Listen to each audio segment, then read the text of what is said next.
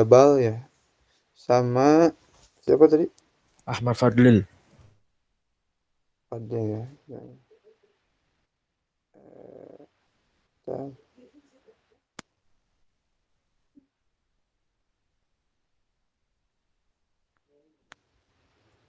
Ahmad Fadlil.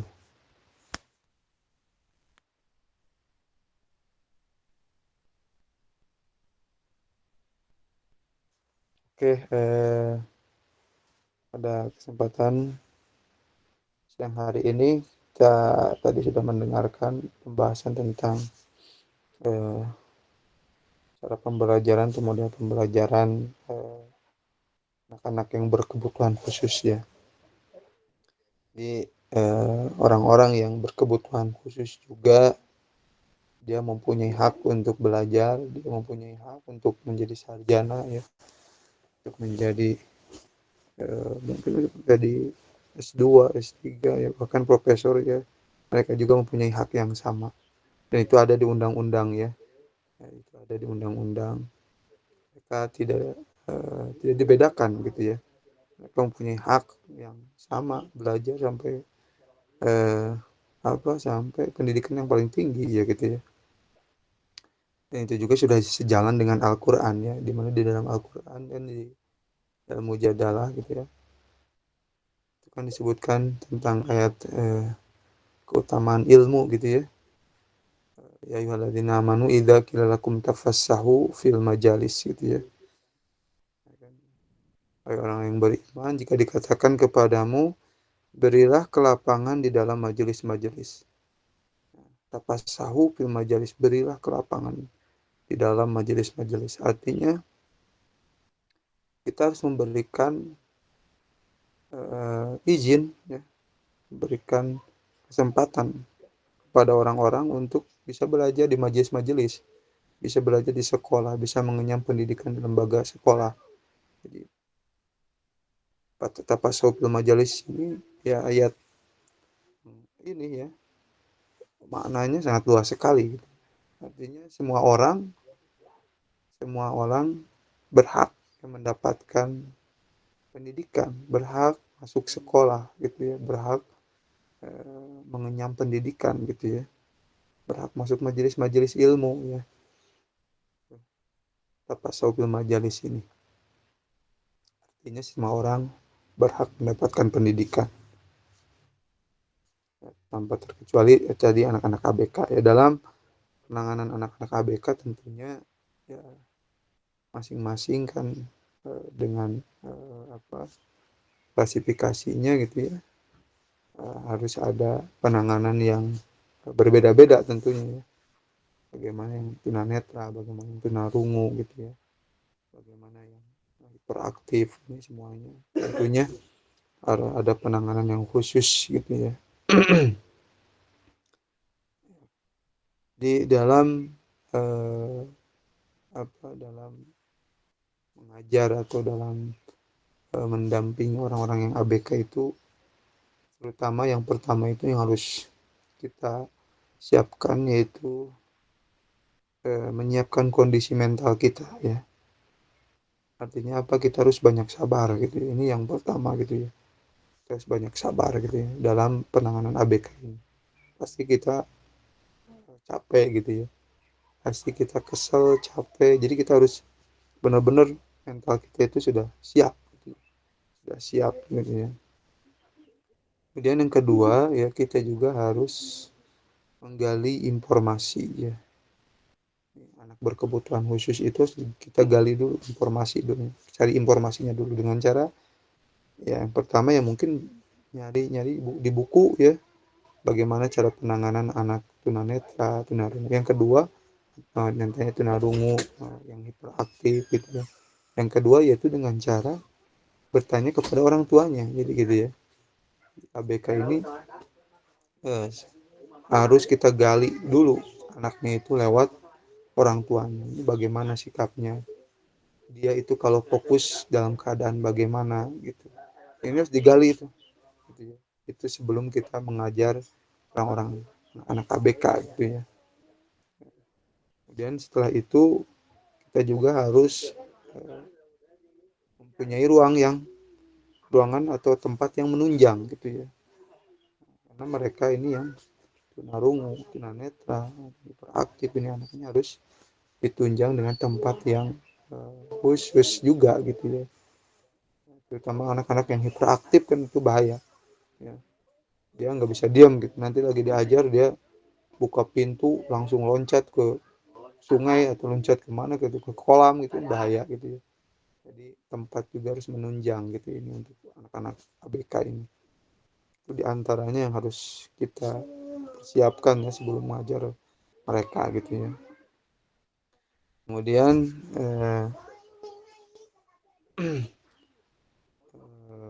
di Indonesia tentunya anak-anak ABK ini apa mendapatkan hak yang sama ya, mendapatkan hak yang sama ada di dalam undang-undang ya. Jadi bahaya kalau ada sekolahan yang menolak anak berkebutuhan khusus itu bisa bisa bisa kena hukuman gitu ya. Nah, ada di dalam undang-undang gitu ya. Jadi anak itu harus diterima gitu ya ABK itu. Nah, cuman dalam permasalahannya ketika kita menerima anak ABK itu ya nanti di sisi lain sekolah itu juga akan mengalami ada beberapa masalah terutama dalam pengajaran. Mungkin nanti guru bisa bisa perhatiannya bisa fokusnya lebih banyak ke ABK gitu daripada anak-anak yang lainnya gitu ya. Ini bermasalah juga gitu ya. Ya, makanya lebih lebih bagus itu ya ke SLB aja gitu ya yang sudah pasti gitu ya. Yang sudah pasti. Tapi kalau ke sekolah umum ya di itu kasihan juga gitu ya. Kasihan juga. Tapi ini adalah peraturan gitu kan. Peraturan pemerintah. Sehingga ini juga mungkin harus dikaji lagi gitu ya sama pemerintah juga. Karena ya bisa menghambat juga ya kalau ke sekolah umum bisa menghambat juga kasihan gitu ya murid-murid yang lain gitu ya. Si guru itu nanti lebih perhatiannya pastinya lebih ke ABK-nya gitu ya. Sementara yang lain jadi kurang gitu. Ini juga perlu dikaji kembali oleh pemerintah ya, diteliti lagi oleh pemerintah gitu ya. Sehingga sebetulnya yang lebih pas itu ya orang-orang ABK ya sekolahnya di SLB gitu ya di yang khusus gitu ya penanganannya dengan penanganan khusus. Kalau di sekolah-sekolah umum ya, kasihan gitu ya sekolah-sekolah umum. Ya kasihan yang ABK-nya, kasihan juga yang murid yang lain gitu ya. Nanti perhatiannya nggak adil, nggak seimbang gitu ya. Kemudian eh, terkait tadi dengan tunanetra ya kita tunanetra itu ada yang full ya nggak kelihatan buta, ada juga yang nggak kelihatan gitu ya setengah berat gitu, ada yang berat berat itu full, kalau setengah berat itu bisa kelihatan ya.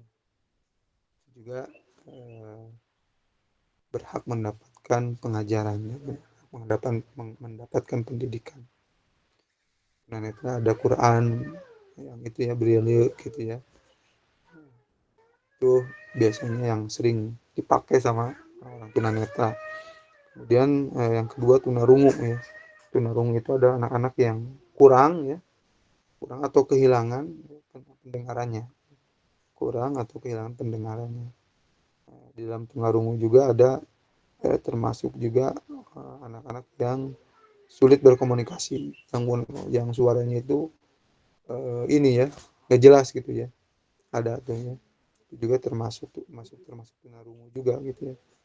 Sehingga juga pakai simbol-simbol gitu ya, pakai tangan itu biasanya kalau di berita-berita gitu kan suka ada simbol-simbol itu juga termasuk tunarungu juga tuh yang sulit berkomunikasi, suaranya nggak ada gitu, nggak jelas gitu ya. Tuh. Kemudian itu ya yang tunarungu, mereka dengan ya tentunya yang paling utama yaitu mungkin karena tunarungu ya tidak mendengar ya pastinya yang paling diutamakan yaitu yang yang tunarungu itu tidak mendengar ya berarti harus visual gitu ya, berarti kan dia harus visual gitu ya. terus visual. Kemudian kalau tadi yang tunanetra itu lebih ke audio gitu ya. Bapak punya teman tuh dulu di apa di Kediri ya, tuh udah hafid ya, sangat lancar sekali dia udah banyak juara juga gitu ya. Dulu ngapalinnya pakai tape ya, tape recorder gitu ya. Kalau dulu Walkman nyebutnya ya. Itu tape recorder tuh biar habis berapa gitu ya. Habis 8 apa berapa gitu ya. Untuk bisa menghafal Al-Quran 30 juz itu. Itu sangat lancar sekali gitu ya. Dalam 1 jam itu bisa 3 juz minimalnya gitu dia itu. Bahkan bisa lebih gitu ya. Itu sangat luar biasa sekali. Dia semangat, tapi dia semangat untuk belajarnya itu tinggi banget gitu ya. Tinggi banget. Kemudian tadi sudah ya, tunarungu sudah, tunanetra sudah. Yang hiperaktif nih yang tidak bisa diam gitu ya. Yang harus diperhatikan juga anak-anak yang hiperaktif ini adalah ketika memberikan perintah gitu ya. Ketika kita memberikan perintah itu, jangan sampai perintah itu banyak gitu ya, pesan ketika memerintahkan anak yang hiperaktif itu satu-satu. Kamu duduk gitu kan, duduk, buka bukunya, kemudian dibuka. Jadi nggak bisa kamu duduk buka bukunya itu halaman 50 ya, gitu ya. Kerjakan yang eh, bagian A gitu, itu tidak bisa. Jadi harus satu-satu, yang hiperaktif itu harus nyuruhnya itu harus satu-satu. Pertama suruh duduk dulu gitu ya. Duduk kamu, duduk, ambil bukunya, dan diambil, buka bukunya, buka bukunya. Jadi harus satu-satu gitu ya. Itu biasanya lebih mengena gitu ke orang-orang yang hiperaktif itu. Kemudian dalam memberikan peringatan ya tentunya supaya tadi ya tidak tersinggung, tidak menjadi putus semangat ya tentunya harus eh, dengan kata-kata yang lembut ya, tidak kasar gitu ya. Itu di antaranya tentang penanganan media untuk mengajar anak-anak yang ABK gitu ya.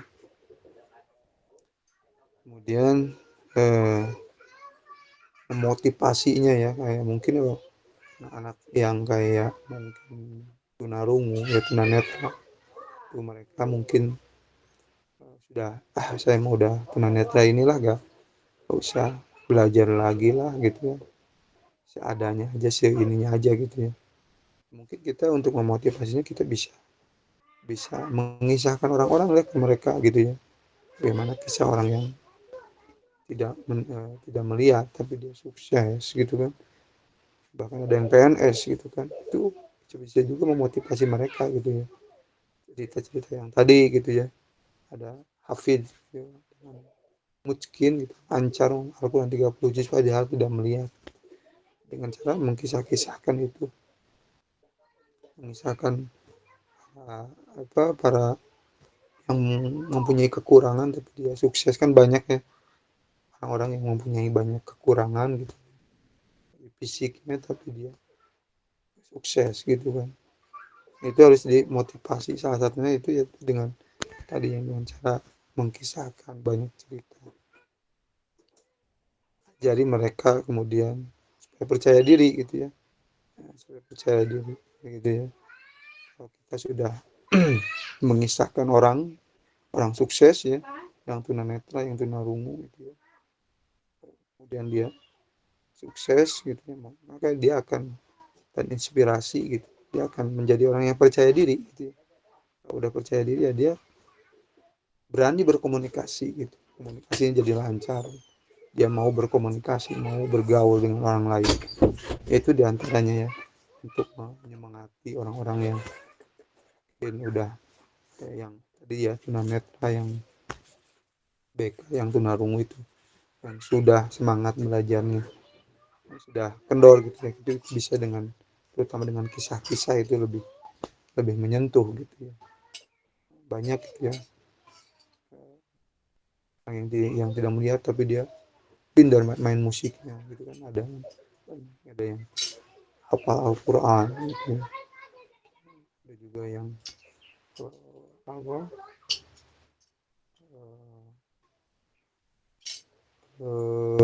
apa Al-Quran, pandai main musik, terus yang PNS yang ngetiknya juga lancar juga gitu, yang ngetik komputernya.